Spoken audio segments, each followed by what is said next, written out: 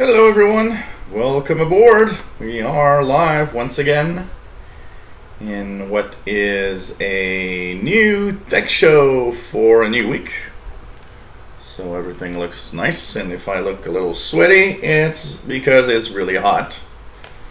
And I had to close all the windows because it's so dark on that side that it's really gonna be a hell of a storm coming.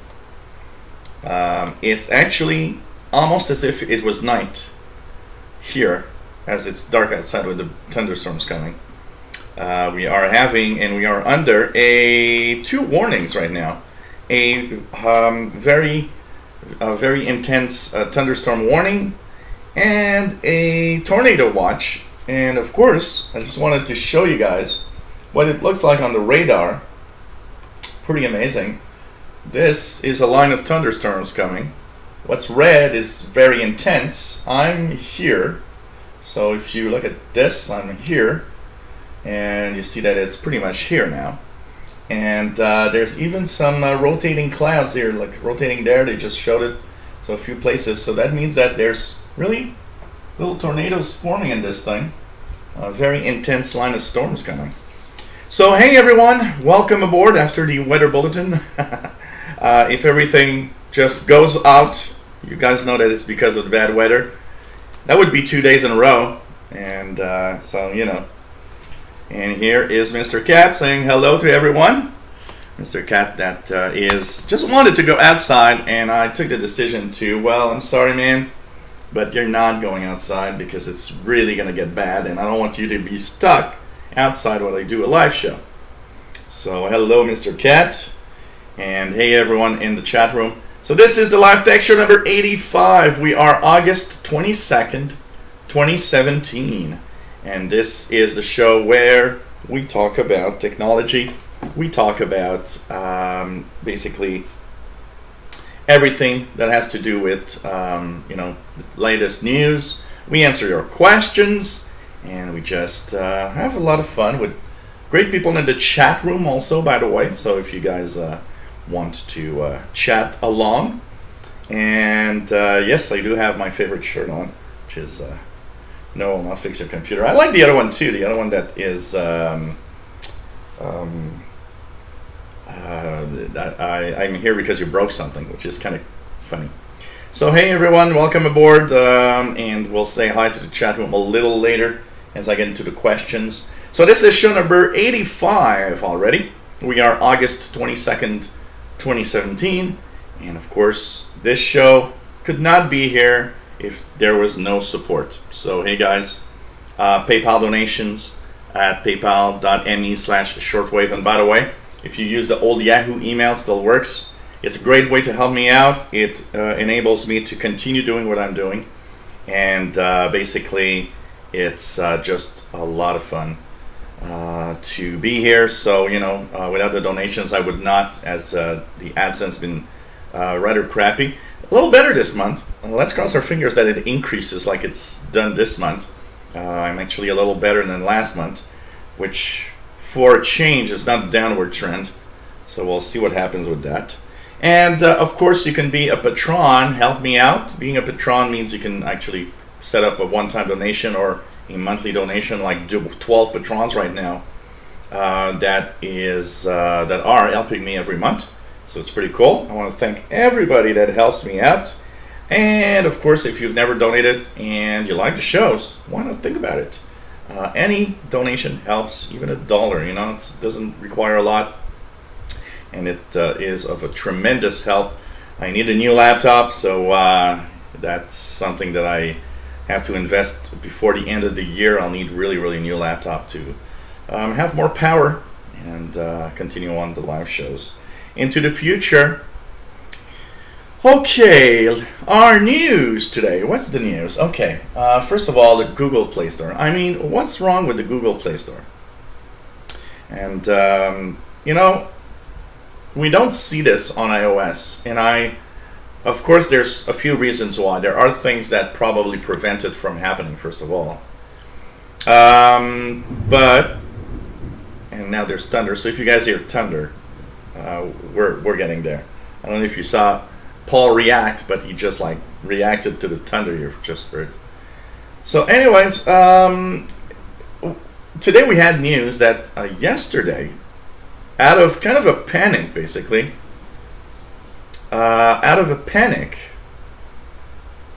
there's more than 500 apps that have been removed. Wow, you guys should see this. It's just incredible outside. It's raining so hard that it's been a long time I haven't seen a rain fall that hard. So anyways, they pulled more than 500 apps yesterday, and the thing is, and that's the difference between what we had before. What happened before, we had some I'm sorry, I'm distracted by the weather outside. The apps in the Play Store would technically be already infected with some kind of malware or problems. And this is not what's happening right now. What's happening right now is that the apps were fine apps, and actually a lot of them are popular apps. So 100 million downloads, even more, for these apps. And what's happening is that we seem to see that, God, just incredible. So we seem to see that it's somewhere in the middle, somebody somewhere was able to basically inject some malicious code or modify the apps. And that was the crazy thing. It seems it's somewhere, it's happening somewhere. A lot of these apps are actually known apps that are quite all right. What is the problem is that these apps are mostly, you know, the developers, the guys that make the apps, have no idea it's happening. So I don't know. There's something happening with the Google Play Store right now. You know, I wonder if it has something to do with last week. Last week or 2 weeks before, where I was talking about how some accounts were hacked into, and people would replace the apps with kind of, you know, apps that had a lot of malware. So I don't know if it has something to do with that, but it's interesting what's happening right now. So I don't know. Did the apps come back? I don't know, and I don't really know which apps actually are really the ones that are bad. And I've been trying to find a list of apps today, which I've not done, but I don't know. Something's really weird. And you know, I have a question about that in the tech show, because somebody by chance asked a question about this, and I'm just wondering, you know, I'm just wondering how all of this is actually affecting, you know, devices. One of the things we know, okay, here goes Mr. Cat. And so what we know, and it's, whoa, okay, he's going on a rocking chair, and it's just so funny. And here we go. Okay, and so on iOS, okay, one of the things on iOS that makes it more secure is the fact that the very closed environment on iOS also prevents the you know, the device itself from being really you know, banned or doing something, because it's closed. It's like being in a jail, where on Android it's much more open. So I don't know, it's something that's scary, because I imagine, you know, there's probably some kind of flaw somewhere, and I think it's important to be careful. And you know, and the funny thing and the worst about that is that some people have downloaded one of those apps but don't have the problem, and others do. So it's very, very weird the way that it's actually happening. So you might have one of the apps that was compromised, but still be okay. So got a little problem going here, and it's going to be interesting to continue to watch this story because kind of scary a little bit. Okay, well, we now know that Android 8 is Oreo, and basically it's going to be part of my rant because there's a few things I want to rant about Android. So of course we've learned the details yesterday. We've learned that of course it's supposed to help your device go faster, up to 2 times faster, they said. Of course, better battery management, but a lot of visual options. You know, one is the fact that the video can continue playing on top while you're actually, you know, doing something else, things like that. We have Steve Ozzy in the chat room that says he's updated on his Nexus 6P yesterday. And what do you think about it, Steve? Do you enjoy it?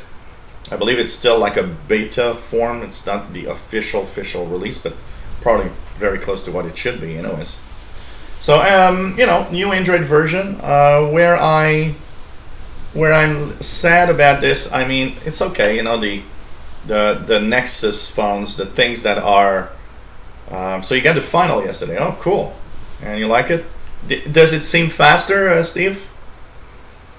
Does it seem faster than the previous version you had?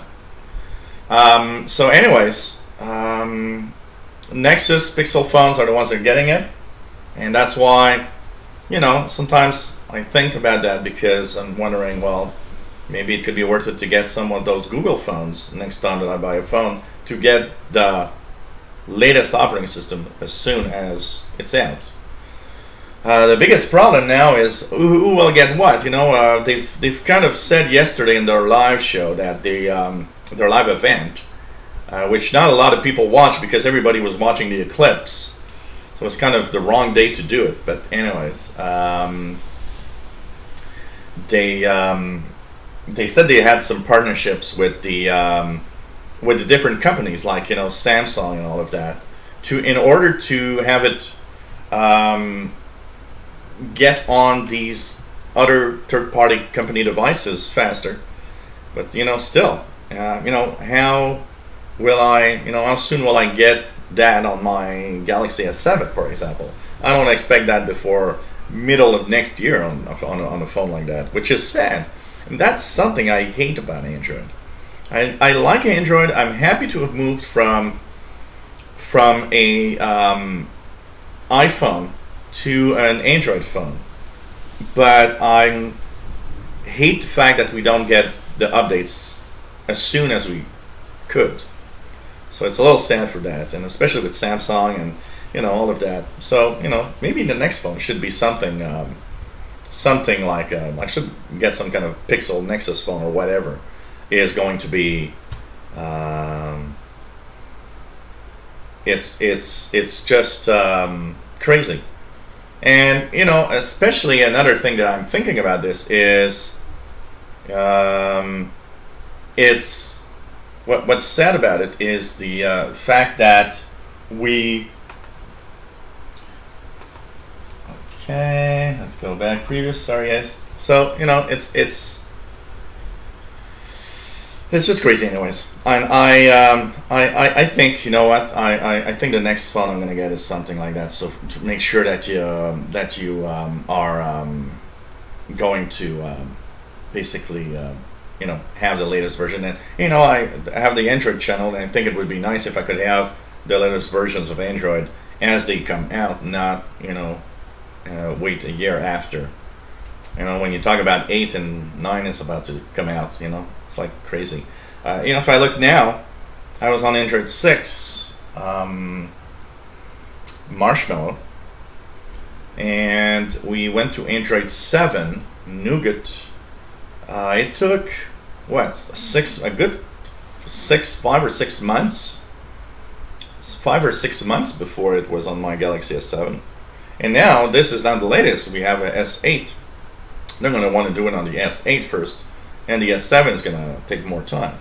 So I don't know. That's the thing I don't like. But I really would like to see it as soon as possible.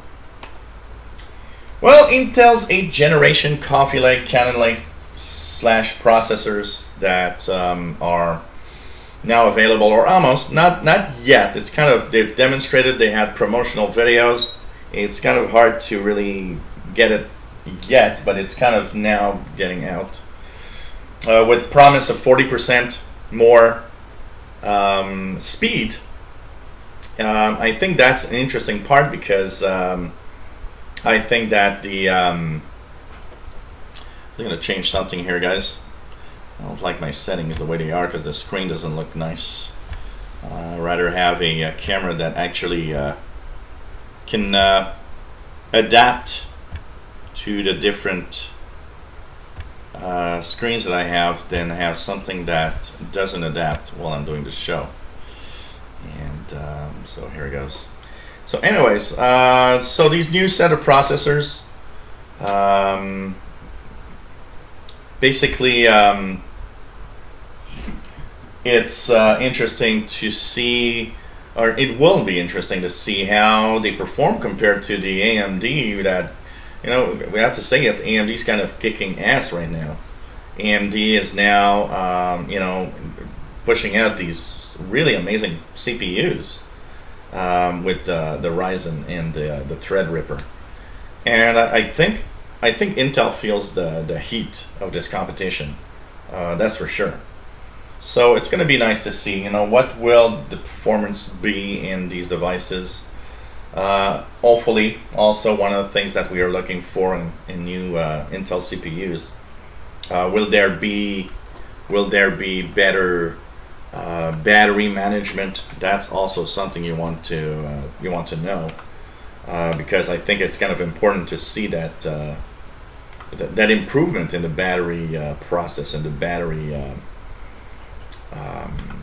management, because it, you know, one of the things that takes a lot of power out of our laptops is the CPU. And Intel CPUs have, you know, even though they are better now, they're still power hungry devices. And so I don't know, I kind of like the fact that AMD's back.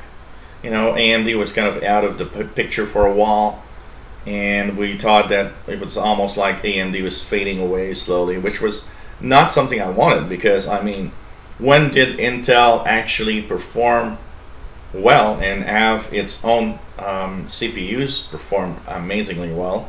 Well, that was when AMD actually kicked their butt in parts of the 2000, you know, early 2000. And they started coming out with some really amazing CPUs suddenly, because they felt the competition was there. But Intel has kind of slowed down in the competition. Maybe AMD will kind of, you know, kick their butts a little bit, and I hope so, because I think there's, you know, healthy competition is nice. There's two types of competition. You know, there's the bad competition that isn't nice because it doesn't help in any way. But there's a competition like Intel AMD that is good because it's good for the consumer. We're getting better devices, and it's good because it kind of pressures the prices of these CPUs to be as low as possible, for sure. So the AMD Ryzen, I think, are kicking the butts of Intel's right now. So it's going to be interesting to see if Intel can manage to do better CPUs, you know. Okay, solar eclipse. Yes, of course. Pretty much everybody knows there was a solar eclipse yesterday. I sure know. I even had a power outage. One interesting aspect of the two things I want to say about the solar eclipse yesterday. The first one is about about Netflix, that actually had an interesting number. Netflix said that while the eclipse was going on in the United States, they had 10% less people viewing shows and movies on Netflix during the eclipse. So 10% less. So that means there's a 10% of those people that actually probably went outside and started looking at the eclipse, or streamed it from somewhere on the web. But kind of an interesting number there. It's kind of it's only Netflix and some really amazing service like that can actually give you numbers like that are just funny to hear, you know. But very nice, you know. Also, one of the things that I thought was really nice, and I'm a very scientific guy. I love science. I love to I love it when regular people are actually into the science. And that I loved yesterday because actually NASA was saying the same thing. And even here there's a planetarium, and they were actually saying how lots of young people were looking at the eclipse and were kind of introduced to science. And I think it's very important because I think science is what gives us what we have. Basically everything we get, the CPUs we get, we're talking about CPUs right now from Intel and the AMD Ryzen, all of that comes out of science, and the discoveries coming with that. And a lot of people don't think about it, there's a guy that was talking at some point where he's saying that science, it's useless almost, what did they discover? What have they discovered? And I looked at him and said, well, you're happy to use your smartphone, right? I said, yeah, so what does it have to do? Well, science discoveries made your phone possible. With no science, you would still be, in the in the old age and just like trying to get our food in the forest somewhere. So people don't think more than a minimum. I was looking at a personal friend of mine. I remember when we saw the pictures coming out of Pluto with the new Horizon spacecraft. And in the article, because every science article in regular newspapers always have to put a dollar note to everything that's in there. And so they put a dollar note at the several billions of dollars spent for that. And she posted a comment on Facebook saying, well, $2 billion just to have pictures of the surface of Pluto. They could have given like tons of food to people around the world that are hungry with that. And I posted a comment under that comment she had saying, well, if we didn't spend the billions of dollars to do that, first of all, that knowledge is extremely important for our own future. Second of all, in order to feed the world, we need to have new science discoveries, and that's part of it. Because maybe one day we'll have an efficient way of having food. There's a lot of things people just don't think about. They just think, oh, the enormous billions of dollars spent doing that, but they just have no idea that, yeah, okay, you cook your food in a microwave. Where does that come from? Okay? And the TV dinners that come from the space age era of the Apollo time and all of that. It's just people don't see that the science has so much to give, and there's so much things that we have thanks to that. And I think the eclipse had a nice impact, and I wish there would be more things that would have such a great impact with science among especially the young generation. That'd be cool. Okay, Google. Hey, you guys, you know what? Google, of course, is a trademark, and the Supreme Court has been petitioned to nullify the trademark. So what does that mean? Okay, so right now Google is a trademark. If you try to use Google in something commercial, Google will go, will go to court against you and say, hey, trademark, this is my trademark. And but now, because it's become such a common word, a lot of people are saying, well, that shouldn't be a trademark anymore. And so Google itself would be open to pretty much everybody using it for anything. And you know, there are many words actually that became, and some examples that I have for you guys. Trampoline, thermos, sellotape, escalator. These were trademarks in the beginning because these were the names given to devices.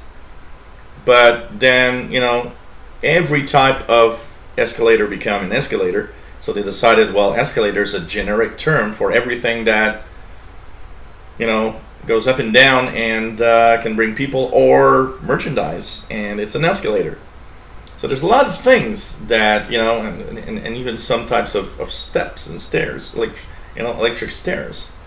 So a petition was filed last week to the U.S. Supreme Court on behalf of David Elliott and Christopher Gillespie, asking the Appeal Court to review the ruling made by the 9th U.S. District Court of Appeals in the case of Elliott versus Google. So the case goes back in 2012. There's this guy, Gillespie, that registered 763 domain names, and they all had the word Google in it. So like Google Disney, Google Barack Obama, Google whatever, Google Donald Trump. And of course Google went against and won, saying, well, that infringes on our trademark. But basically, Gillespie then sued the company, arguing the word Google was now so commonly used, we Google something, that it has to be generic now. It can't be a trademark anymore. So this is going to be very interesting to see. I'm going to stop touching my keyboard here. Will Google lose its trademark over the name? I don't know. This is going to be interesting to follow. And it will be very, you know, very interesting. And what will they do if they lose that trademark name? That means Google becomes generic word that everybody can use and do what they want with it. It just doesn't have any trademarks anymore. But that's an interesting one. And I think for Google itself, it has a huge impact. If it would be, you know, ruled as a generic term suddenly, imagine for Google it has a huge impact. Pretty amazing. Pretty amazing. Okay, Microsoft Germany. Microsoft Germany has finally accepted the terms, but it's kind of late for that. Although I have something that I wonder with this. So here's the thing. In Germany, there was a court case because somebody sued Microsoft, saying, you know, if we go back in the days of Windows 7 with the free upgrade to Windows 10, they were saying, hey, we can, of course, you know, upgrade your machine to Windows 10, and people got annoyed because there was that little, you know, pop-up that said, hey, we're going to upgrade your system. But what actually annoyed some users was much more the fact that even though you didn't do anything and just didn't click yes to do it, all the Windows 10 files were already downloaded in a folder within your machine. And so somebody sued Microsoft, said, hey, it's my computer, you're not allowed to do that. And twice in Germany, there is somebody, there's a court that said, no, you're right, Microsoft, you're not allowed to download files in somebody's computer without asking that person. So Microsoft finally this week And what I find a little late, because that goes down to Windows 7 and the downloads and things like that. But basically,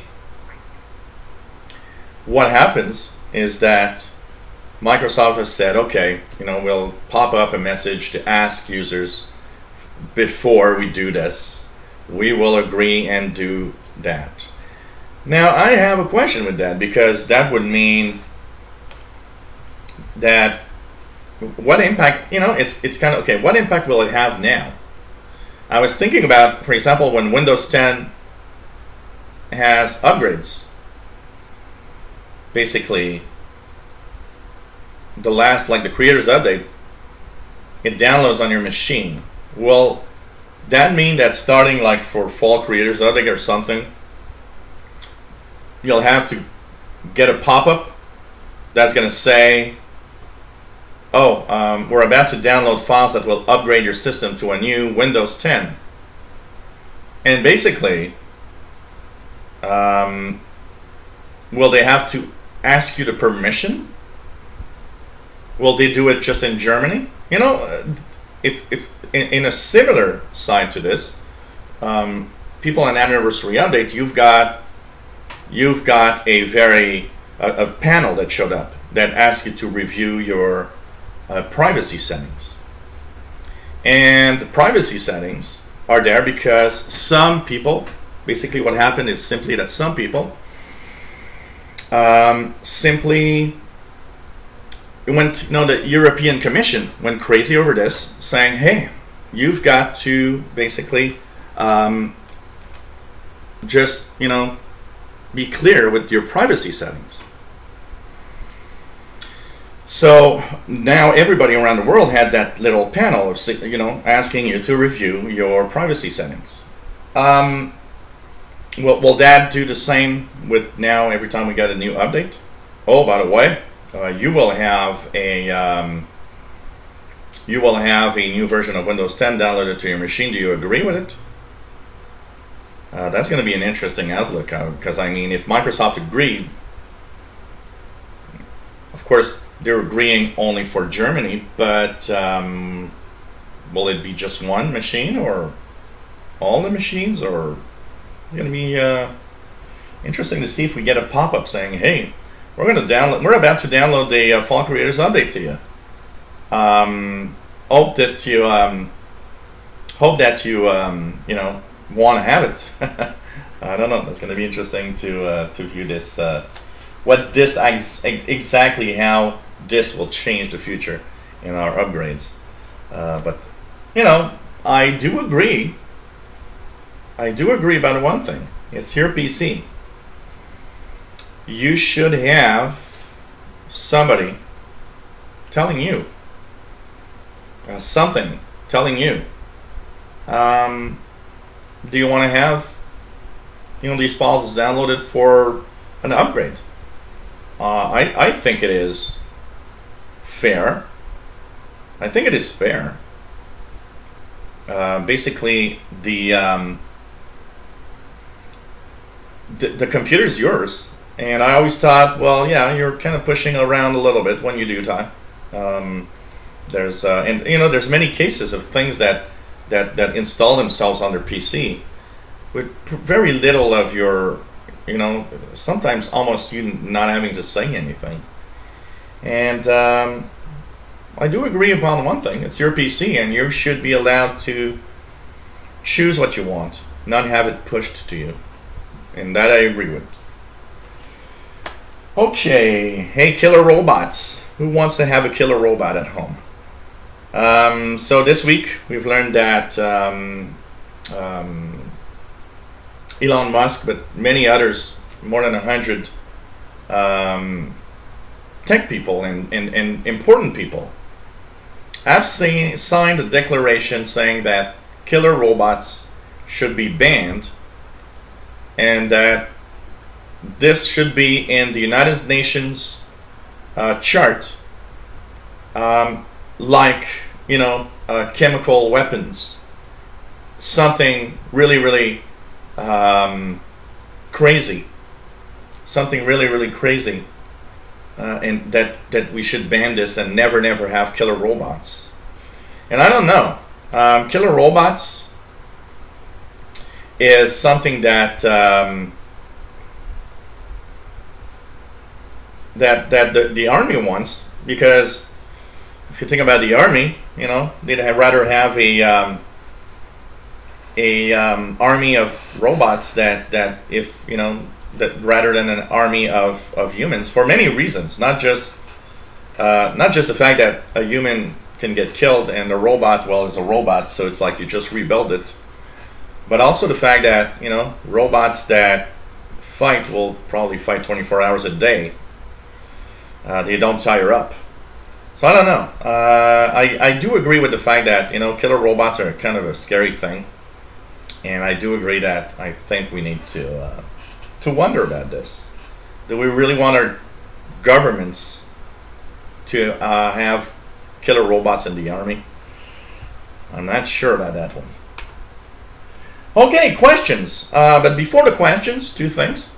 I also want to just mention, because I did see it a little before the show.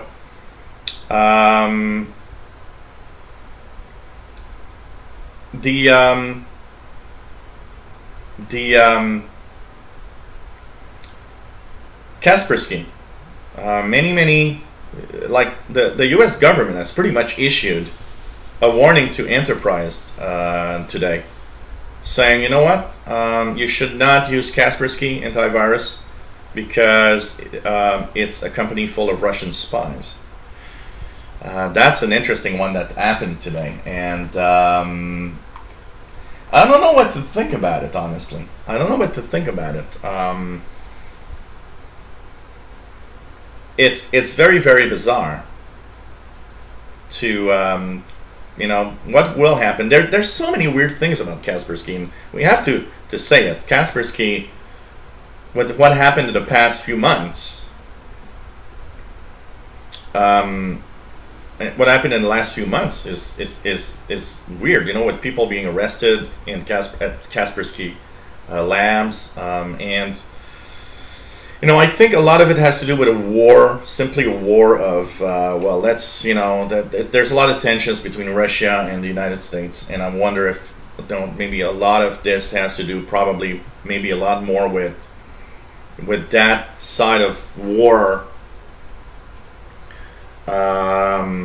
War of words than anything else. As for the rest, I don't know. Is Kaspersky Labs full of spies or not? Is you know, my idea personally, and you take what you want to think out of my idea of this. I don't install third-party antivirus. I find it totally useless. They are hog resource programs that just slow down your PC, and I'm quite alright with Windows Defender in Windows that does pretty much what I want. And you know, like I always say, the protection is what you do, not the antivirus you're using. You will get into trouble with your PC if you're just not careful, whatever you're using as security. My personal opinion is that Kaspersky, for me, I would think, if you use it, is probably okay.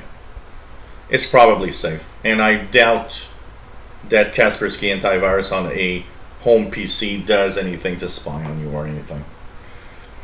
But I also think that Kaspersky Labs is working very closely with probably the Russian, you know, Secret Service and everything. It probably has a part of it that's extremely close to the Russian government.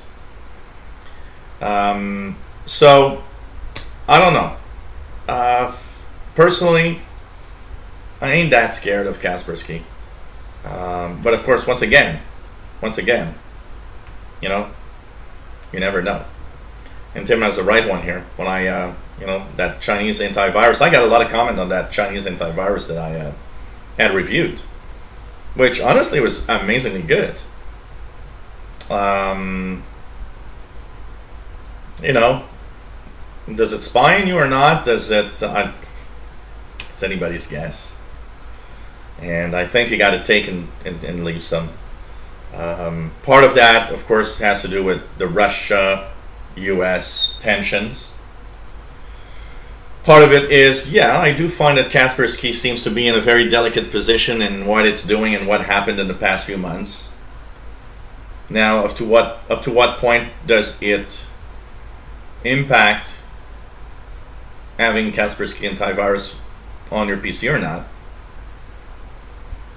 So, you know, personally, if you've got Kaspersky installed, I wouldn't be scared of anything.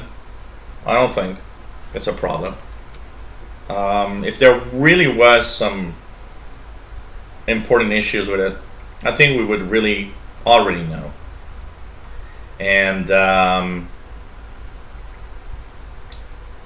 as for the rest, you know, yeah, I do agree. Kaspersky seems to be close to some important people in Russia. But hey, that is the same thing as if you tell me that one of the US antivirus companies would be, you know, if they'd be close to the US government, for example. Say that tomorrow morning McAfee gets a super huge contract with the US government and every, you know, branch like the US intelligence and everything. I can bet you a lot of people in other countries will say, well, you know, don't use McAfee because it's probably spying on you on account of the US government. You know, you can throw away and talk about this for such a long time. I'm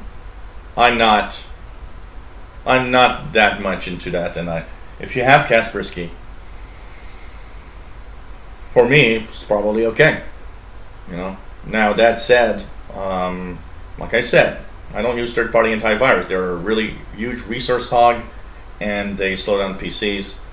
And I just, you know, don't use any of those. That's it. Okay, questions. The first questions are coming from Tommy, our friend Tommy, Viper Boy. He has a few questions that came up with what I was talking about routers last time, and so it came up with some interesting question, of course. So, what is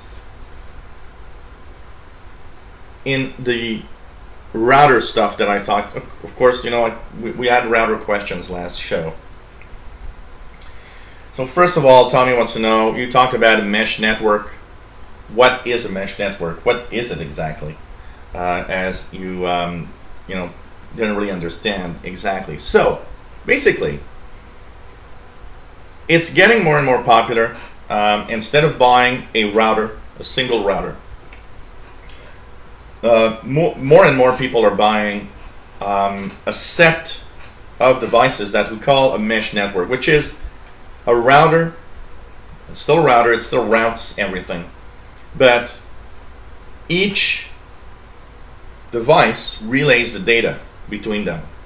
So if you buy, like for example, there's the Google Wi-Fi can be bought, for example, in a pack of 3.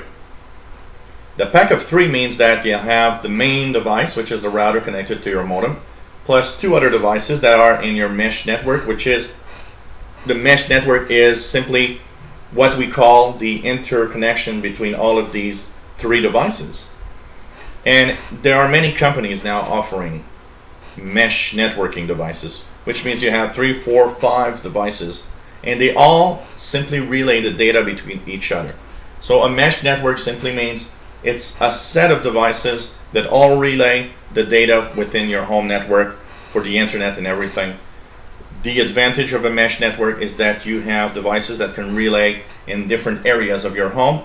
So if you live in a big home, a mesh network device will give more coverage in your home, and you won't have areas of your home where the internet doesn't work because the Wi-Fi signal is too weak, because they all are kind of individual routers interconnected together, so they talk to each other.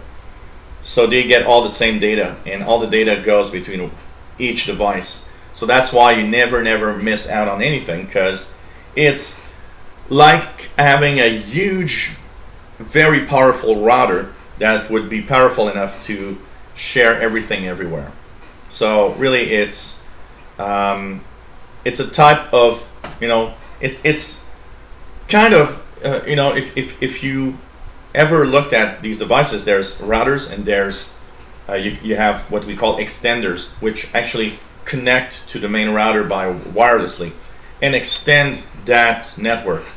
So it's a little bit like that, but mesh networking is easier because these devices already talk to each other very well, very easily. It's not as complicated and as you know, a extender that often is very, you know, some of them are complex to actually add. Sometimes you can, because some routers do not accept. For example, here in Canada, the Bell modem/router does not allow you to have an extender. It can't connect to an extender. It's blocked from within the device. So by having a mesh router setting, that fixes that issue, for example, because it's like a router that routes everything through these different devices. So it's a set of interconnected routers, if you want. And that is really going to this is going to simply help you extend the wireless and make it easier to connect your wireless everywhere. Okay, apart from that, you say, how do I know I've got 2.4 and 5 gigahertz? Okay, first of all, if you do have a router that's capable of that, your router has 2 wireless outputs.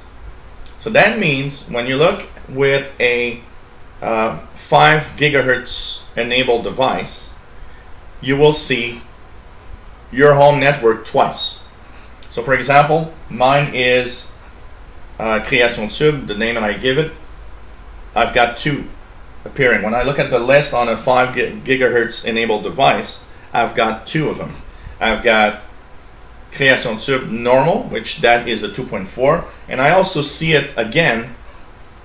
And to make sure that I understand which is which, I've actually added in the name 5 to that second one, so that I know that I've got the 2.4 and the 5 gigahertz. So that means if you have a router and your computer would be a 5 gigahertz enabled Wi-Fi card, you would see probably 2 times the same network appear, and you would wonder why your home network is twice.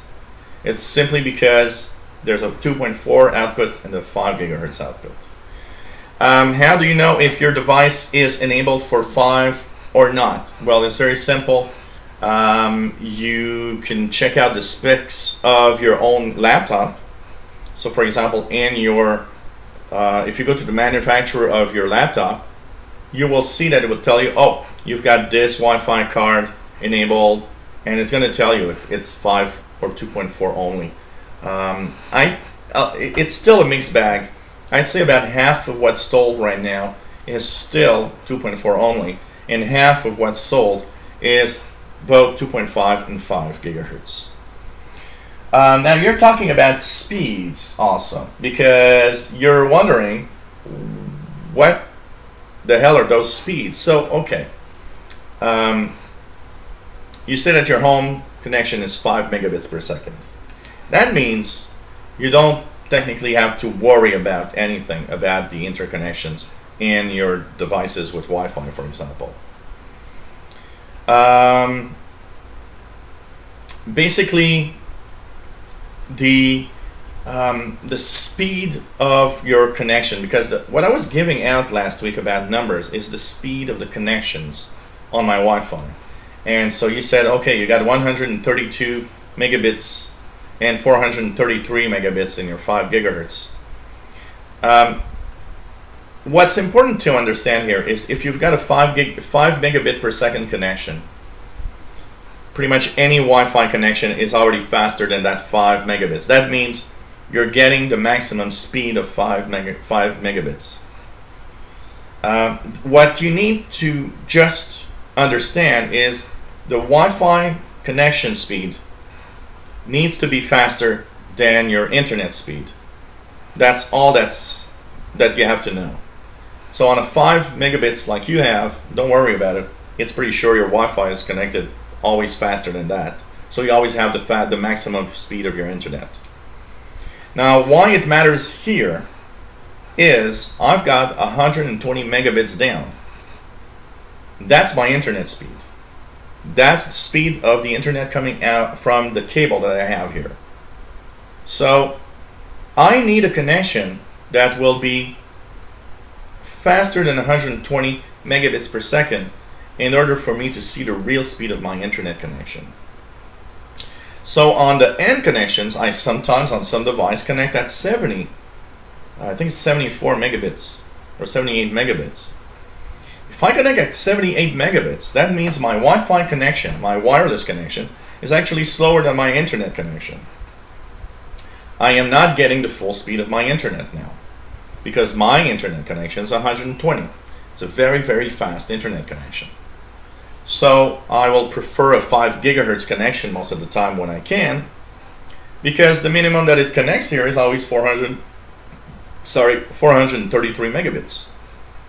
So that 433 megabits per second means that I, get the full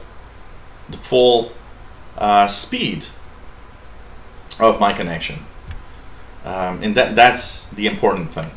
I'm just going to change something here, guys.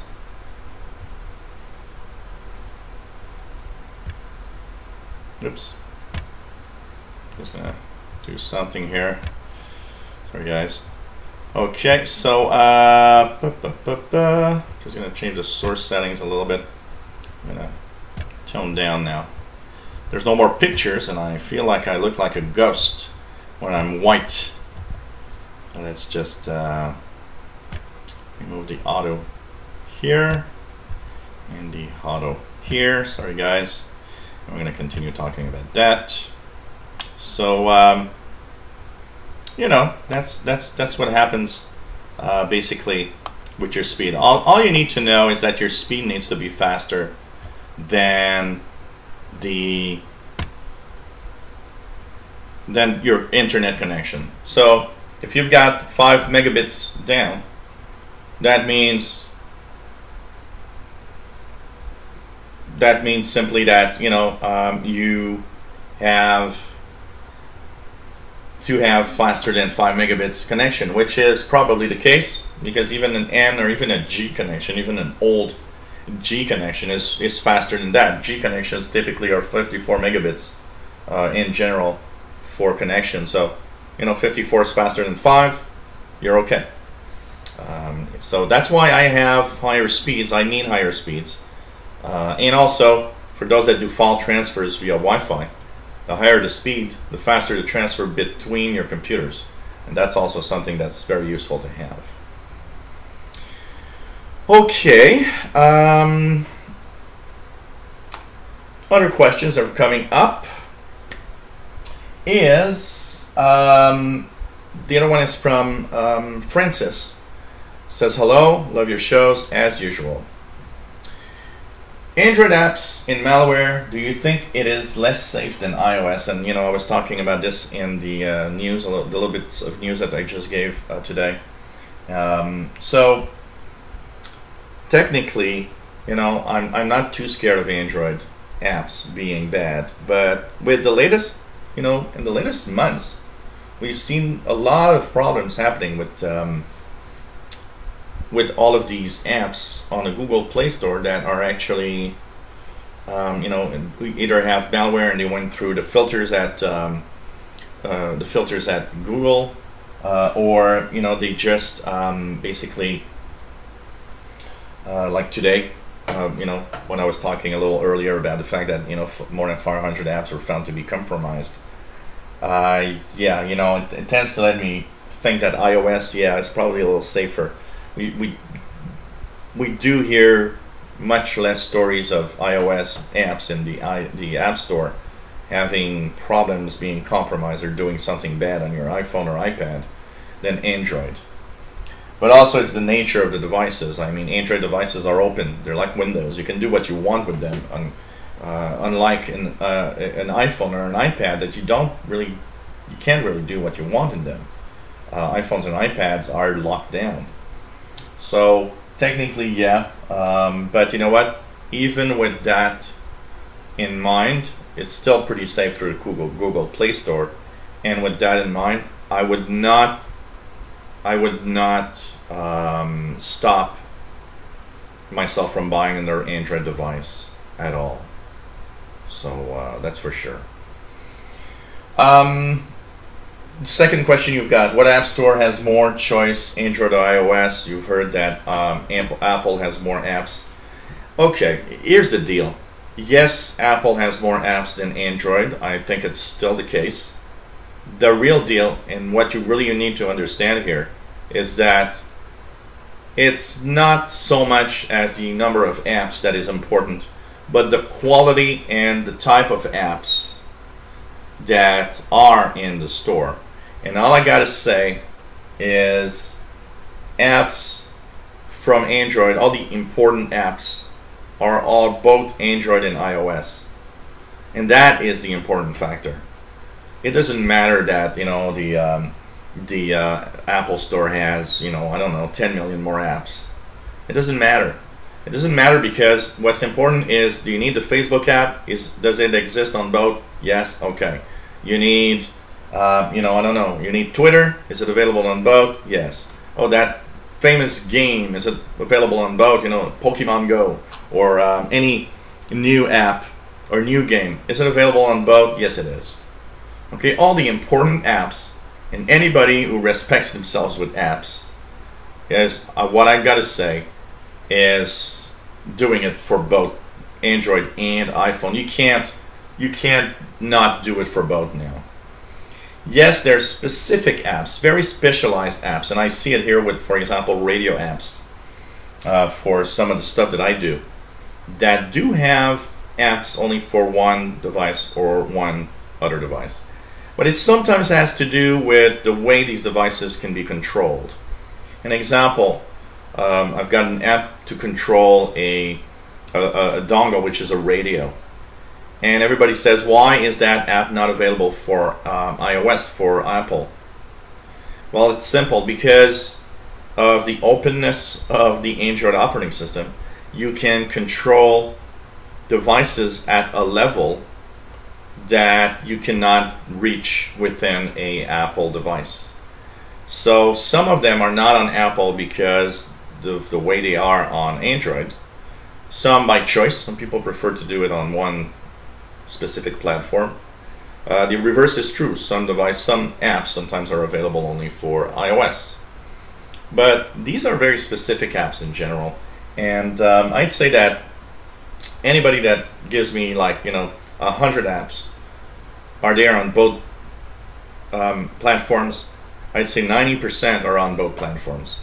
And that 10% that's missing, in general, isn't that important. So you don't really have to, you know, think about that. It's not like Windows. You know, in the Windows Phone, you'll miss out on tons of apps that don't exist. Now you'll be a little sad. But on Android, iPhone, there's, you know, it's not a problem there. And finally, you ask a question about the backup of an Android phone. What's the best way to back up your phone? So, okay, there's different things. Yes, you can plug it to your PC, and every manufacturer has a software bundle that you can download, and it will back up on your PC, your phone. But in 2017, I find that way of doing things a little archaic. It's like a little old way of doing things. It's like plugging your iPhone to synchronize your stuff with your PC. You know, there's cloud stuff now. You can use Google Cloud. You can use on the iPhone, you know, the iCloud. You also have the possibility to use OneDrive from Microsoft and all of that. You simply synchronize all of that in cloud. I think it's a much better way to do things, to back up to Google Drive and stuff like that. It's just, you know, if on your Android device you are anyways always always plugged in with at least one Gmail account, you can back up on the Google Drive. And that will work fantastically well. And the fact that it's in the cloud, you get a new phone, you get a new tablet, you get another Android device, you enter that, Gmail account, and everything can synchronize back because of the fact that you are connected through the cloud. It all syncs everywhere, and you'll have synchronization between devices, which is cool. So I don't see why we should connect our phones or PCs anymore for a backup. Okay, we have questions here that are coming. These questions, the first two questions, is from Franco in Italy. Welcome aboard. Says he loves the show.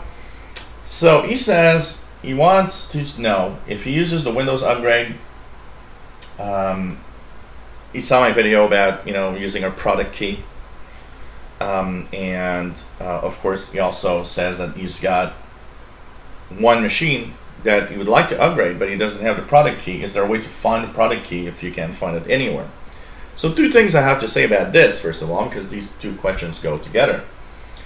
Yes, you can upgrade using a product key. It still has a Windows 10 upgrade for free. But if you upgrade within your Windows operating system, so you're inside Windows 7, for example, and you choose upgrade, it seems that it works because it can read the product key from within your Windows install. That said, yes, there's a way to find a product key if you don't see it. There's a thing called Magical Jelly Bean. Let me just check it out here. So if I look at it here, Magical Jelly Bean key finder. So Magical Jelly Bean key finder. And you need to go to a place that's called www.magicaljellybean.com/keyfinder. It's a little piece of software, and it will recover the key of your Windows install, of Office install. So if you've lost your keys, for example, you can retrieve them within your install with that. Now there's a free version that can recover up to 300 different products, keys, and there's the paid version that can recover up to 8,000 different supported programs, which is pretty amazing. So if you want to know the product key of your Windows operating system, check it out. It can recover that. One thing I have to say, it will not recover, and there's one type of install that is very peculiar. If you have Windows 8, some Windows 8 installs have the product key and the BIOS of the machine, not within the operating system. And for that, you need to have the Pro version for it to recover that product key from within the BIOS. Just word of caution. If you can't find it, maybe you have a Windows laptop that has the key within the BIOS, not within the system. So magicaljellybean.com/keyfinder, and that should retrieve. And you know what? Even if you don't have it and you could upgrade for free, I would get that key and write it down and put it in some place safe, so that you at least have it at some point in time, because it might be useful. I've done that with a few machines that I didn't have the keys. Retrieve the key from the Windows 7 operating system, keep them in a book, so that if I do need them, I will do it. Tim Robinson says Bellark Advisor also will find the keys. So you've got a few choices here, and at least that's an important thing.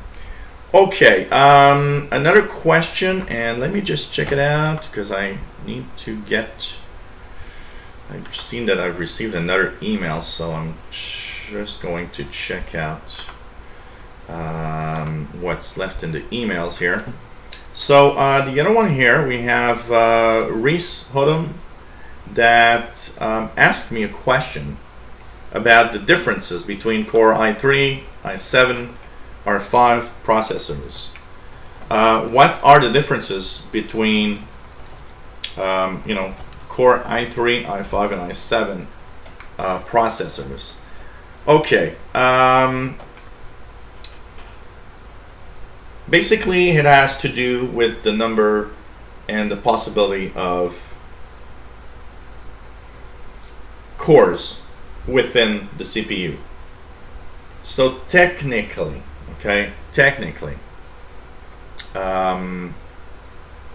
the lowest number of cores, so the lowest number of working cores within a chip is the i3. Then we have the i5, and the most powerful is the i7. So in the easy to understand term, just understand that a i3 is the least performance CPU, and the i7 is the best within a generation. So Core i3 is usually the lower grade machines that are less expensive. Then you'll have the i5. I've got an i5 here, which is more expensive, has more cores. Typically, most Core i5 right now are at least quad core. And then you've got the Core i7 that are the top of the line, basically. So, plain and simple answer.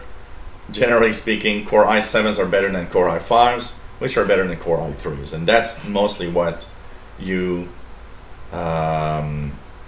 need to know. And no, the number does not give the number of cores. You don't have 7 cores on i7. It doesn't have anything to do with the number. It's just that. But there's also a host of criteria. It's not just the number of cores within a i3, i5, i7 that changes things. You got to understand also that the architecture, the way that it's been done, created, and built, also gives i7 more power than i5, and i5 more power than i3. One thing also that you got to understand is that an i3 and an i5, for example, that would run at, say, 2.5 gigahertz, don't run at the same speed, don't have the same computing power. Same thing, an i5 and an i7 running at 2.5 gigahertz, you will have the same performance, even though the clock speed was the same. They will not have the same performance. The i7 will beat the i5. The i5 will beat the i3. That's the most basic that you need to know about that.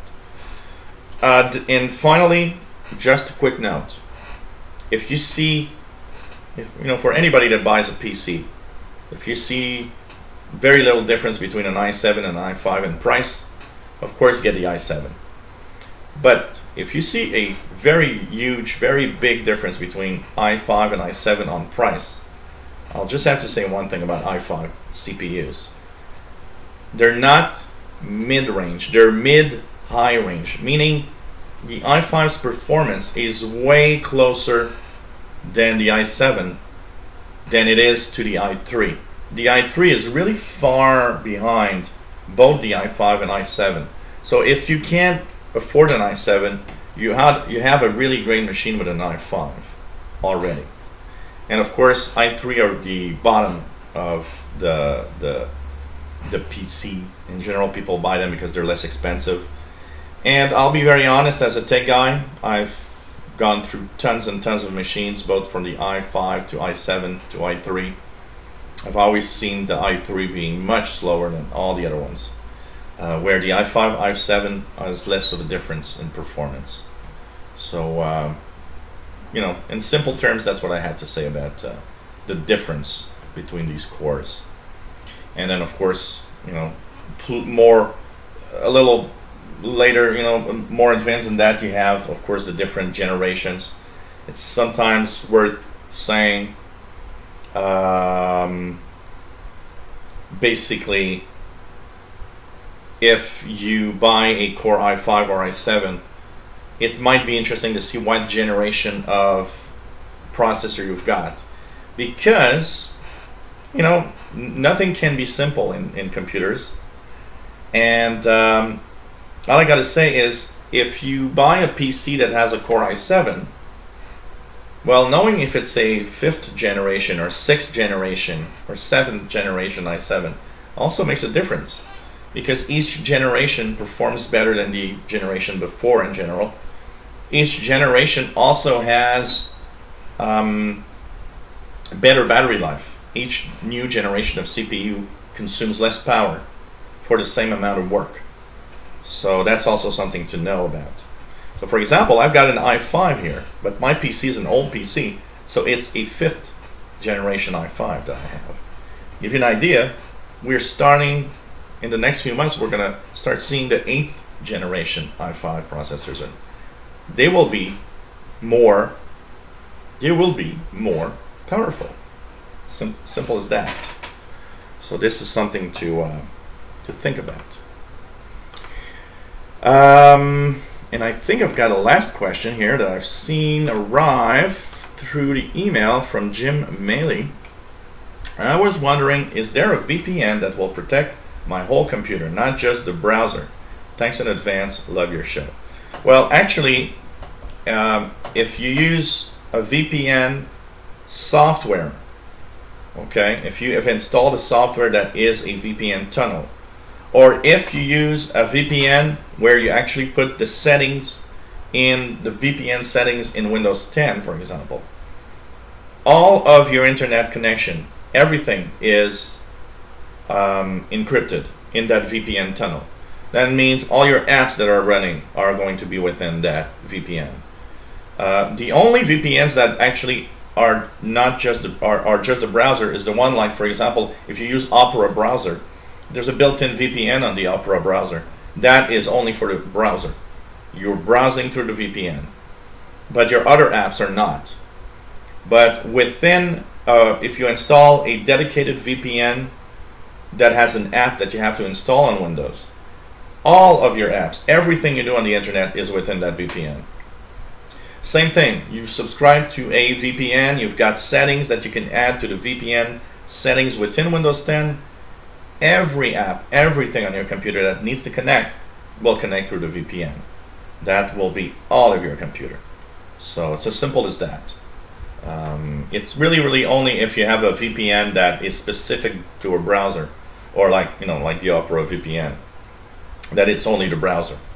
Most VPNs that you install as a software on your machine, or that you enter your specific settings in Windows, are for all your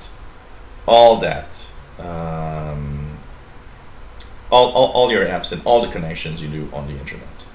So I hope it answers your question. Okay, we'll go to the good and the bad news. No, we'll end it with the good and the bad news, and we're gonna say hello to the chat room, a very beautiful chat room. So hello there, Tim Robinson. Hey, it's fun to see you, Miss Lady Catherine. Nice to have you on board. It's been a while. Nils Peterson, hello there from Sweden. Nice to have you here. Thanks for the donation, by the way. Albert Zappa, nice to have you here.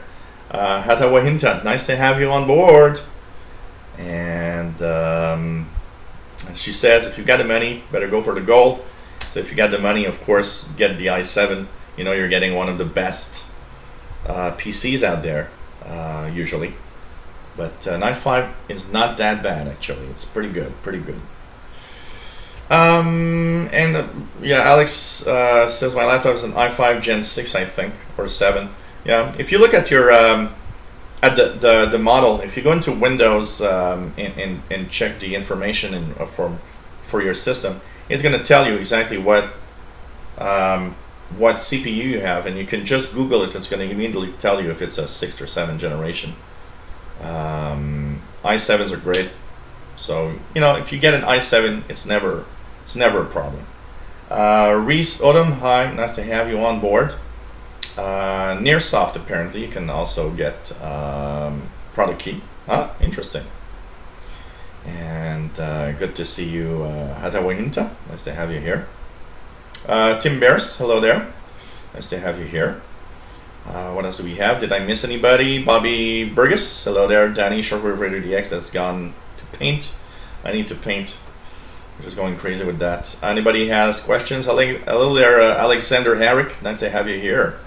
Jacqueline, nice to have you here also. Christine Bowman, hello there. And pretty cool to have everybody here. And oh yeah, the radio show on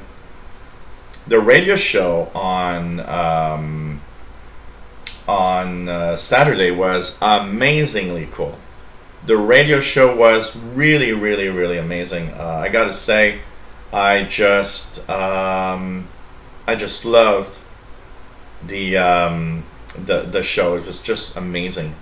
And you know what I loved about the radio show that I had on Saturday is also the fact that I had the honor to interview Amanda that created a documentary about the antenna farm at Sackville, New Brunswick, which was used by Radio Canada International, and the stories behind it and the stories from local people at Sackville. And it was an amazing moment. I mean, I just loved it. I actually watched it again yesterday. I just sat down and decided to watch the whole thing, because one thing that happens when you actually are there and you're interviewing people, you miss out on some of the information because you listen, but you know, you're distracted. So, you know, when I do a show like this, for example, if somebody's talking to me, I listen in one ear, I look at the chat with my eyes. I always am looking at, is the stream okay? Is everything all right? So I'm so distracted at the same time that I get information. I miss out on some little details. So it was funny because yesterday I watched it, all of it, from A to Z, because I was like, okay, I need to watch this. And first of all, I was amazed at how well it came out. Second of all, of course, we had great people that are easy to talk in front of a camera. That also was something that, you know, not everybody can talk in front of a camera really easily. But these people were kind of, you know, really, they're okay with that. And of course, all the little details that I missed out, that, you know, I was listening to, and was like, oh man, he mentioned this or she mentioned that. I could have asked that other question. But overall, it was really nice, and I've got tons of people that send me some messages saying, "Oh man, you are amazingly good at interviewing people."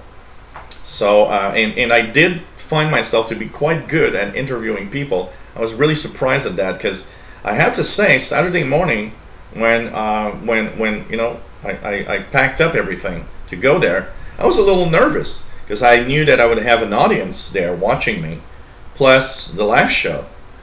And I had some uncertainties about the live show because, okay, I'm going to be somewhere else. I'll be streaming with my phone. I'll be, you know, setting up outside on in the backyard.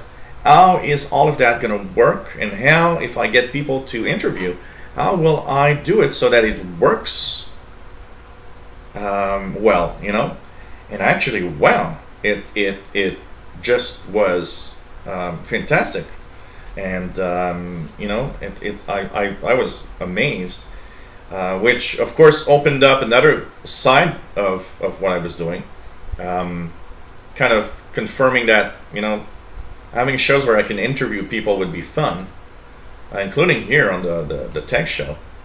It also added that side where I was thinking, because this fall, you know, in September, October, I'm thinking of adding a Skype feed that we could put here, and if some people want to say hi, we could take Skype calls and have them here, which would be pretty cool. Of course, with Skype, you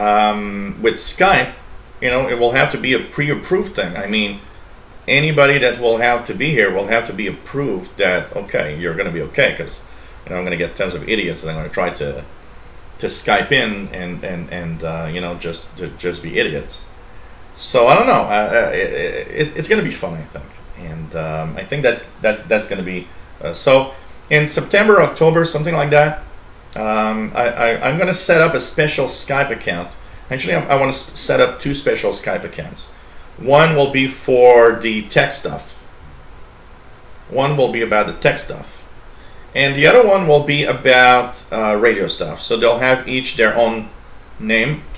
Yeah, Google Talk could be another way of doing things. I'll be checking all the options, of course, so that whoever wants to join in a conversation, whether with Skype or Google Talk, you know, it will have it. But each will have its own account, as to not mix in everything. So there'll be the tech stuff and there'll be the radio stuff, and I think that could be really, really a lot of fun. On the radio stuff, I know a lot of people are going to want to call in and say hi. On the tech show, I'm not sure if that many people will want to do it, but you know, I know some of you will probably want to, and you know, it's the idea behind this is there's nothing, you know, nothing is, you know, don't be shy, as we say. It's just, you know, a relaxing show. Hey, Moody Side, nice to have you here, as usual. Hadan Guardado, hello there. And did I miss out on anybody else? I'm sorry if I did. So anyways, nice to have everybody here, and it's pretty cool to have all of you on board as usual. Boy, yesterday I was so mad as hell when I was preparing for what I really wanted to do, my solar eclipse / radio show, and half an hour before, you know, I was posting the links everywhere, and bam, power outage. I was like, no, please, really, a power outage half an hour before I started a cool show? So finally, it was crazy. And hey, the Vaults, nice to have you on board from Latvia. I will never forget this now, Latvia. But it's funny because I did the live show on Saturday. So one of the things that's funny is that the live show, I had to stream using my cell phone's LTE connection. And I was being careful because I'm allowed 10 gigabytes of data a month on my phone. And I usually have, you know, it happens some months sometimes that I have 4 or 5 gigabytes left at the end of the month. So I tried to be careful, but all like the different circumstances that happened this month, when I got to the show on Saturday, I had only 1 gigabyte left on my plan. And typically, you know, I did 2 hours, and 2 hours of HD data is about 3 to 4 gigabytes. So I knew that I would go overboard by a couple of gigabytes at least. And it's just so funny because yesterday, because of the power outage, I used another hour of live show with my LTE connection. So this morning I'm doing something and I noticed my phone has a pop-up, and I'm like, what's that? I got a pop-up? So I look and it says, oh, by the way, your data has been stopped because now you have spent more than $50 over your regular fee. So you know, it cost me like about 80 something for the cell and everything I have, and now they just send me a message saying, well, you know, now you've just spent $50 of data, and so we've just stopped your data for security reasons, and if you want to continue, just click here to, you know, reactivate it. So I guess I'll have about $60 over fee on my phone, in my phone bill. And to give you guys an idea, I'm 4 gigabytes over my data plan. 4 gigabytes, and it's going to cost me $60 for 4 gigabytes. What a ripoff these companies have. $60 for 4 gigabytes. It's just amazing how these companies are really, really ripping us off with our data plans. Just crazy. So anyways, I was thinking of when I get the bill, I'm going to call my phone. And I've been with them for like 20 years, almost 20 years now. I'm going to call them and say, come on, you can do something better than that. 60 bucks for 4 gigabytes, please. This is completely nuts. And I'll see if they do something, you know. I'm going to tell them, look, come on, I've been with you guys for such a long time. I'm sure you can do better than that. We'll see if they can adjust it. You know, I'll try to complain. Maybe it's gonna work, maybe not. I'll keep you guys updated, but insane. You know, $60 for 4 gigabytes of overuse. These, you know, and typically, you know, we gotta understand that these companies, each gigabytes is like, you know, almost nothing. It costs them like pennies, you know. It's just amazing. Vault says he's paying 27 euros for unlimited LTE connection at home. Push around 400 gigabytes on it per month. Wow, you're lucky. If I'd love to have an unlimited LTE connection. Here it's totally crazy, totally crazy. Woodbeast on YouTube, nice to have you here. Yeah, I will complain. I will complain. I will not let, you know, an overcharge of 60 bucks. I'm gonna say, come on, you know, I've been with you guys for a long time.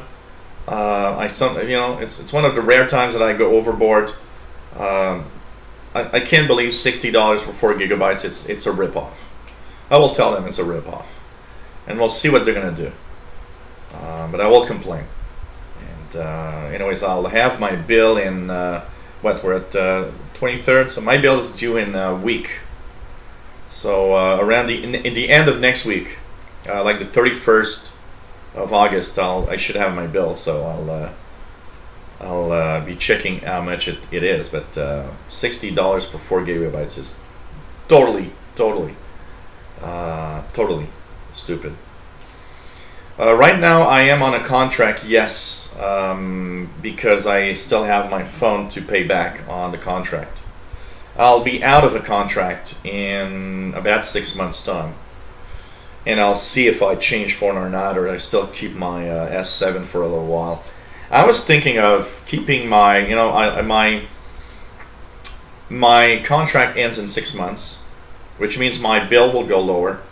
And I was thinking of not buying a phone immediately and waiting for that next big thing, for a very simple reason. My Galaxy S7 phone is an amazing phone and works really well. So why change it now? I don't see the need. And you know, wait for the next big thing that could be really cool and jump on that occasion when I get there, and have like the latest, greatest, if possible. But you know, it's crazy. It's just crazy. Yeah, Tim, your Windows phone broken. That's a bummer. You know, being in a contract and your phone's dead. That's probably one of the biggest problems for sure. Anybody has a question, anything they want to ask as we are here before I go into the ranting of the good and the bad news of the week into our feed. And it's nice to have everybody on board, by the way. Nice to see Miss Lady Catherine. Well, that could be a nice one, Alex. You know, having something like having something about like the a Pixel phone or something that will, you know, ensure that I get the latest Android immediately. I'd like that. I'm a little, you know, I love my Samsung phone, but I'm a little pissed at the fact that you have to wait 6 months to a year to get an Android upgrade. Not just that, you get your security updates about a month and a half after the security update has been released. It's like, it's a little insane, because you're thinking, well, that means I stay about a month and a half unsecured if you want. It's kind of crazy, you know. But yes, I will, Halbert. Keep you guys updated on that for sure. Yeah, the Note 8 looks very nice for sure, Niels. And I'm sure it's not gonna be an exploding phone. It shouldn't be an exploding phone. And by the way, Alex, I have your emails that I will use on my Insider Show Thursday. So I'm keeping all of that for sure. Do you or your users know a good place to buy computer parts? There's a lot of online spots to buy computer parts. It depends where you are and also the fees attached to that. But I would, and also, do you want to have, you know, used computer parts, brand new computer parts? You know, here in Montreal we have so many stores that sell computer parts. I pretty much buy my computer parts, you know, at local stores here. But new stuff, yeah. I don't know. I don't buy it. I don't really buy my stuff online, so I can't really recommend anything. It's you know, I don't know if anybody in the chat buys parts on the internet somewhere. One thing for sure I check is eBay. Sometimes they have good prices. There are many computer stores on eBay, but not always good prices. You got to compare, you know. Amazon has high prices. Well, it says never bought any phone on contract. It's a waste of money. Don't see any reason in latest and greatest phones either. Pretty happy with the Xiaomi Mi 4i, and it was like 160 euros delivered. Yeah, I gotta say it depends on, you know, what you want. I kind of am a sucker for new phones, so that's why getting contract is something. Is something for me, because I don't want to, you know, I don't want to pay $1,000 for a phone up front, and it is expensive, absolutely. It all depends, you know. I like to have the latest phones. There's something I'm a sucker about that. But I gotta say, for most people, getting the latest phone is not necessarily that important, honestly. Yeah, Amazon. Yeah, Newegg. I didn't think about that, but Patrick Manny, and hello there, by the way. Newegg is a place that you should check for computer parts. Newegg is often a great source of good prices, so you can check that out. You can check that out. So Niels Pedersen has an HTC 10. Is very happy with his phone. So, you know. And no boom. But, you know, I think I'm gonna. I have to say the S7 is a very nice phone. I gotta say one thing. The S7, I've used it more with video recording, and also for taking some pictures. It has an amazing camera, and I have to say that it's just such a great device that maybe I'm just gonna, you know, continue using it for a while, because it's such a great device and it's so powerful. You know, I don't really need a new phone technically. If I buy a new phone, it's really purely because I want to have something new and shiny.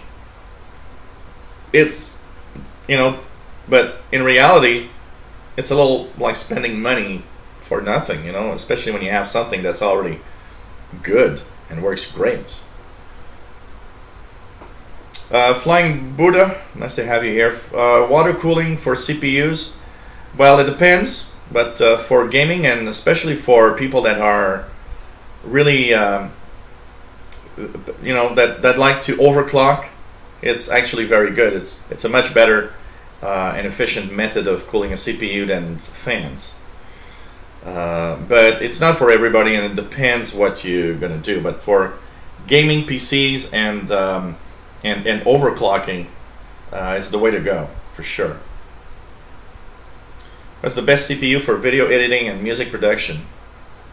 Well, get yourself, you know, if anything that demands a lot of power, video editing and all of that, you know, get yourself a top of the line Core i7 Intel. I'm a sucker for Intel, even though, you know, I gotta say the AMD Ryzen and Threadrippers are amazingly powerful now, but I'd go definitely with one of the latest generations of Intel Core i7 CPUs, for sure. For sure. Just woke up, overslept. Well, sometimes it feels good to sleep a little more, you know.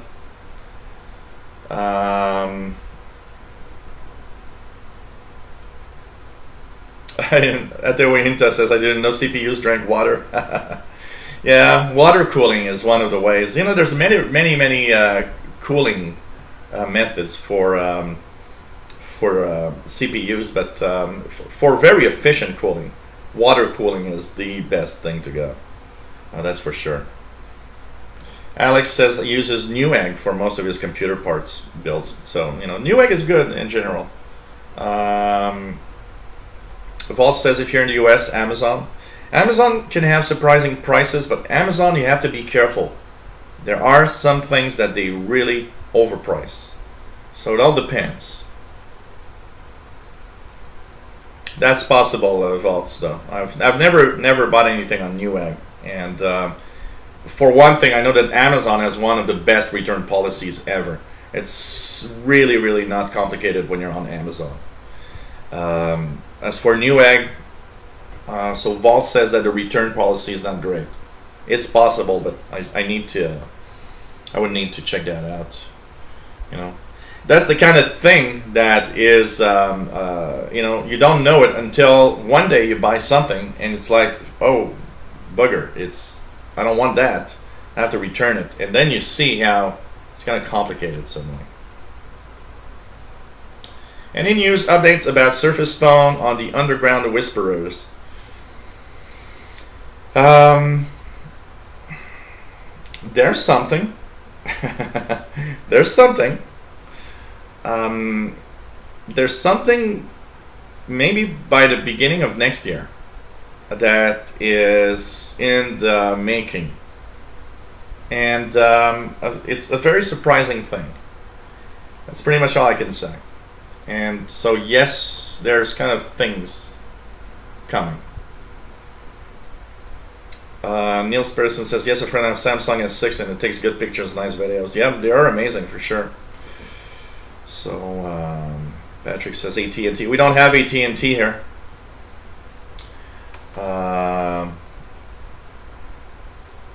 In Quebec. And you guys in the US have many better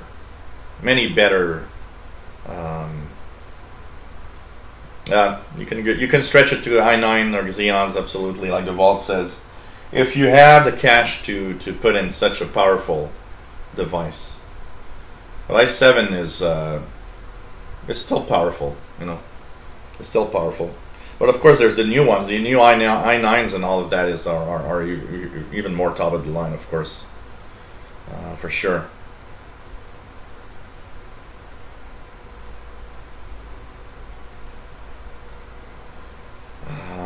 What else do we have here? What else do we have here?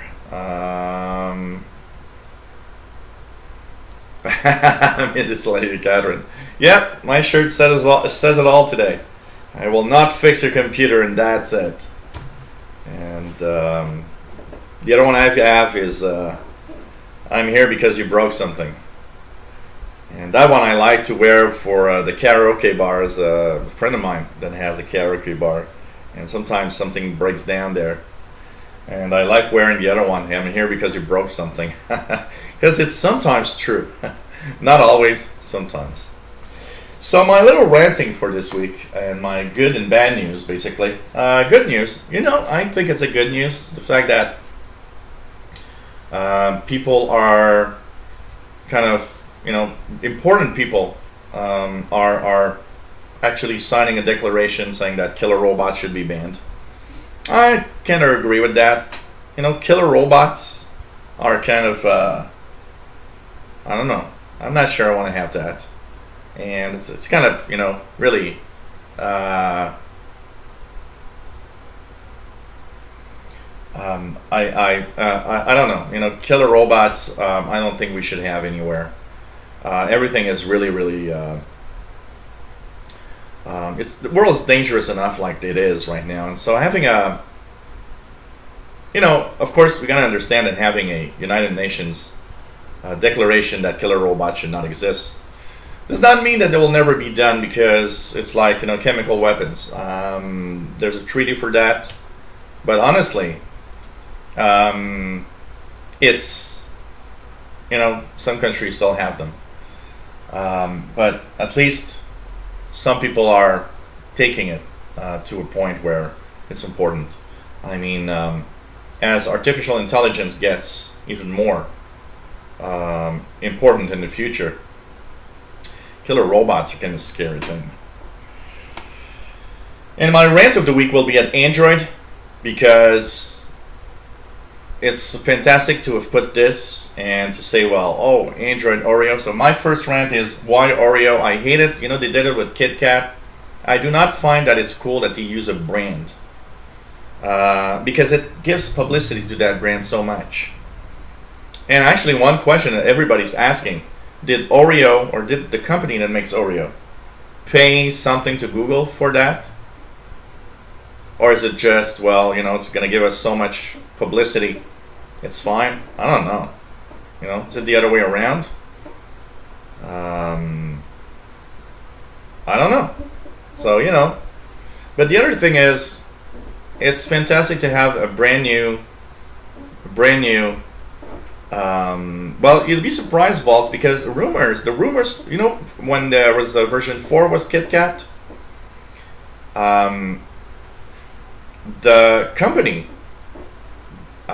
said so many times, no, there was no money exchange anywhere. So I don't know. It's possible that there is somebody paid for it, but I don't know. You know, they could have had, I don't know. They would have had to use some weird generic treat or something. We don't know. And we'll, I don't know. I don't know. So, you know, apart from that, I gotta say, it's the upgrade process that I hate about Android. The fact that it's too complicated. Way too complicated to have, you know, updates in different devices. That I hate Android for that. It'd be fun if Android or if Google would come up with a way of, okay, this is the new version and everybody gets it with these devices tomorrow, not, you know,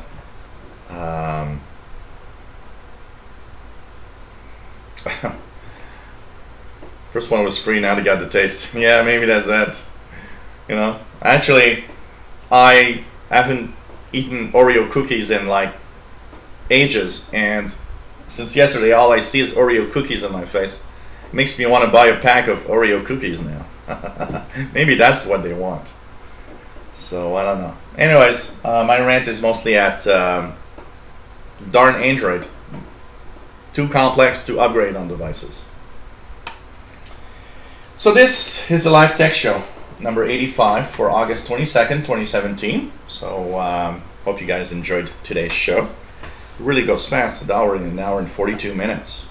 And anybody in the chat wants to share anything? Yes, Alex, by the way, I did receive all your emails, for sure. So, you know,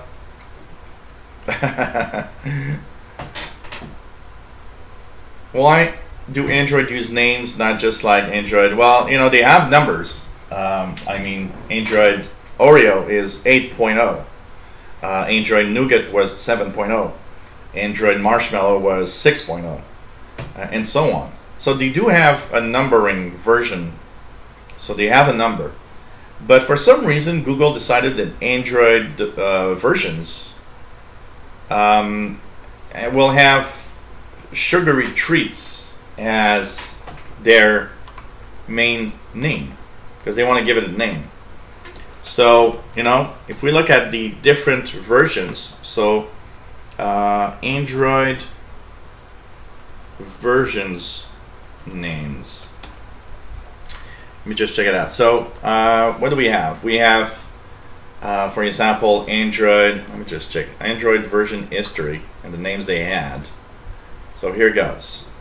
So there was Android 1, which has no code name apparently. 1.1 was known internally as Petit Four. 1.5. So let's get it on the other side. So okay, 1.5 Cupcake, 1.6 Donut, 2.0 Eclair, 2.2 to 2.3 was Froyo. Then we had 2.3 to 2.3.7 was Gingerbread. 3 to 3.2 4.6 was honeycomb. 4 to 4.04 was ice cream sandwich. 4.1 to 4.311 was jelly bean. 4.4 to 4.444 was Kit Kat. 5.0 to 5.11 lollipop. 6.0 to 6.01 marshmallow. 7.0 to 7.12, which is the latest version right now, nougat, and finally 8.0 right now is Oreo. So these are all the tasty treats that they've used, basically. Take care, Niels. Always nice to have you on board, as usual. And, you know, kind of interesting to see. Well, I didn't show it on the TV because it was just text. I would have shown it if there was a if there would have been pictures. It would have been nice, for sure. And hey, might as well. This is, of course, my beautiful cat, Paul. But I just wanted to go back a little bit to once again show the little donations places. PayPal at paypal.me/shortwave. Where you can donate a little something, and Patreon at patreon.com/radio and computers. It's really cool to have donations. Helps me continue what I do, and thanks for everybody that have donated. It's much appreciated. Okay, so this is the live tech show number 85 for August 22nd, 2017. And this is the beautiful cat. So, hey guys, we're going to say goodbye for now. I want to thank everybody that has participated in this show.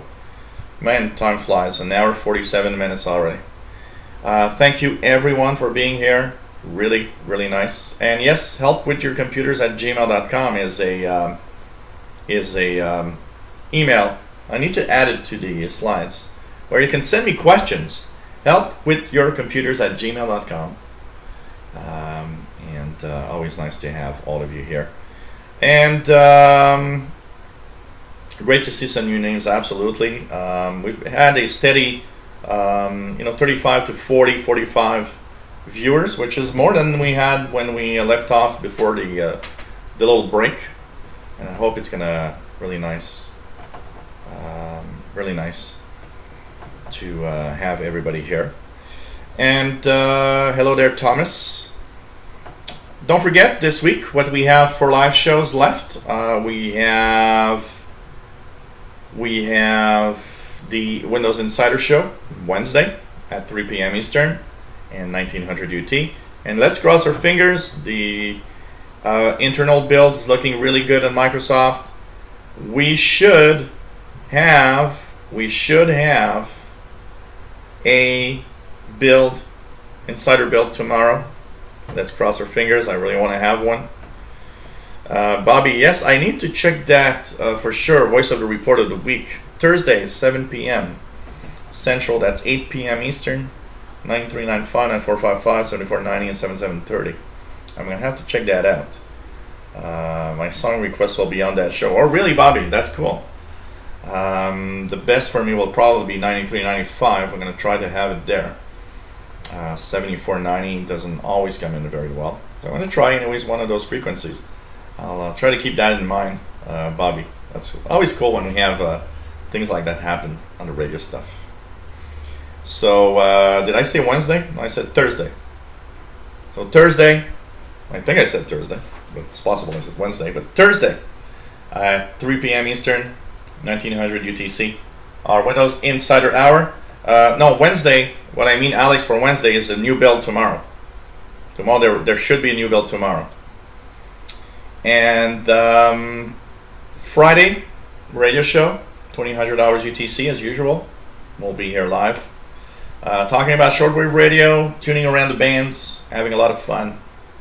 So I think it's going to be really, really cool. So that's what's left for this week. And for those that are just on this show, well, we are here every Tuesdays, 3 p.m. Eastern, 1900 UT. Hope you enjoy. Weather outside seems to be a little better. Rain has stopped, so maybe a little better than it was before. Take care, my friends. Take care. Have fun. Stay safe. And love you all. See you soon on this show or any show that you want to participate in. Thanks for being such great fans. And see you soon. Bye, my friends.